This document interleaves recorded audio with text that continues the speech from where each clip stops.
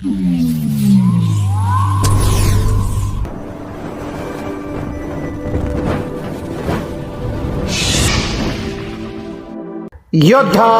News Marathi.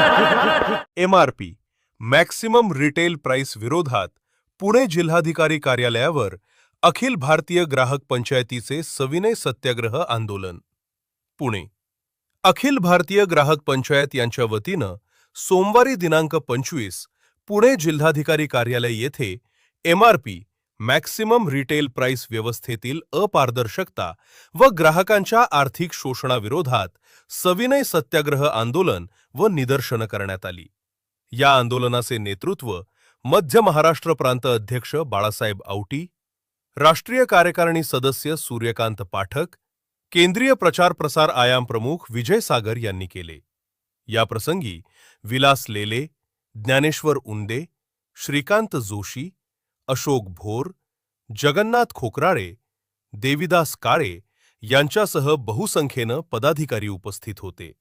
यावेळी बाळासाहेब औटी म्हणाले की MRP व्यवस्थेच्या नावाखाली ग्राहकांची मोठ्या प्रमाणावर आर्थिक लूट सुरू असल्याचा आरोप केला। उत्पादन खर्च अत्यल्प असताना अनेक पटीनं जास्त MRP छापून ग्राहकांची दिशाभूल केली जात असल्याचे त्यांनी सांगितले।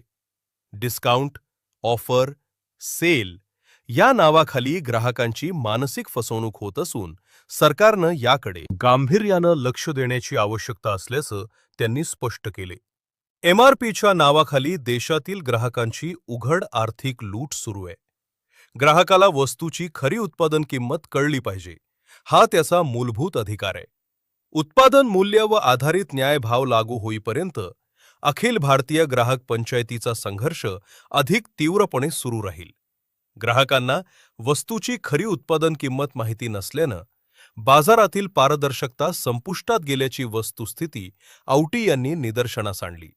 यावेळी पंतप्रधान, केंद्रीय वित्तमंत्री व केंद्रीय ग्राहक व्यवहार मंत्री यांच्या नावे निवेदन जिल्हाधिकारी कार्यालयामार्फत सादर करण्यात आले। ते उपजिल्हाधिकारी ज्योती कदम यांनी स्वीकारले। उत्पादन खर्च जाहीर करा, MRPच्या नावाखालील आर्थिक लूट बंद करा, ग्राहकांना न्याय द्या, अशा घोषणांनी परिसर दणाणून गेला। चौकट क्रमांक 1, ग्राहकांना सवलतीच्या नावाखाली फसवणारी MRP व्यवस्था आता बदललीच पाहिजे। वस्तूची उत्पादन किंमत आणि नफ्याची पारदर्शक माहिती ग्राहकांसमोर आली तरच बाजार व्यवस्थेतील अन्याय थांबेल। ग्राहकांच्या आर्थिक हक्कासाठीचा हा लढा आता जन आंदोलनाच्या टप्प्यावर पोहोचलाय। सूर्यकांत पाठक, राष्ट्रीय कार्यकारिणी सदस्य।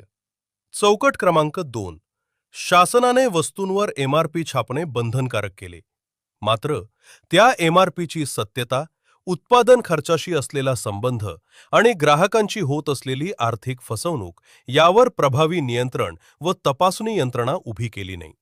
त्यामुळे अनेक कंपन्या मनमानी MRP छापून खोट्या सवलतींचे आमिष दाखवत ग्राहकांची दिशाभूल करत आहेत। MRP ही ग्राहक संरक्षणाची व्यवस्था असावी, परंतु आज ती अनेक ठिकाणी ग्राहक लुटीचे साधन बनली आहे। उत्पादन खर्च, प्रथम विक्री किंमत आणि नफ्याची पारदर्शक माहिती ग्राहकांसमोर आली तरच बाजारातील अन्याय थांबेल। शासनाने केवळ कायदे न करता त्यांच्या कठोर अंमलबजावणीसाठी स्वतंत्र नियंत्रण यंत्रणा उभारणे अत्यावश्यक आहे। विजय सागर, केंद्रीय प्रचार प्रसार आयाम प्रमुख। चौकट क्रमांक 3, आंदोलनादरम्यान पुढील प्रमुख मागण्या करण्यात आल्या।